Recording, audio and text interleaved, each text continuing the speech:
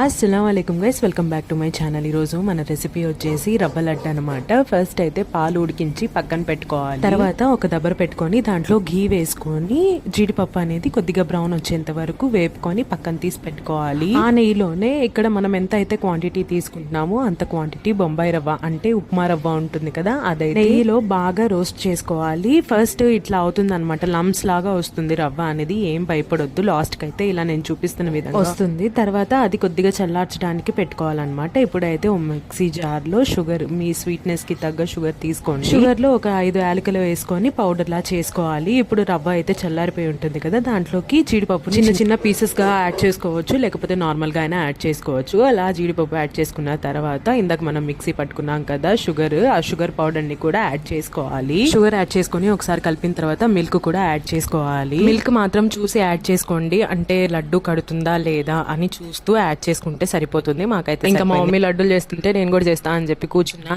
అదేందో నేను ఎంత తీసుకున్నా గానీ నాకు ఈ సైజే వస్తుంది. చూసారా, తల్లి పిల్ల ఉన్నట్టు. దీంట్లో కొబ్బరి తురుములు కూడా యాడ్ చేసుకోవచ్చండి, కాకపోతే మా చెల్లి తింది కాబట్టి మమ్మీ యాడ్ చేయదు అనమాట. టేస్ట్ మాత్రం చాలా బాగుంది, ఒకసారి ఇలా ట్రై చేయండి. బాయ్.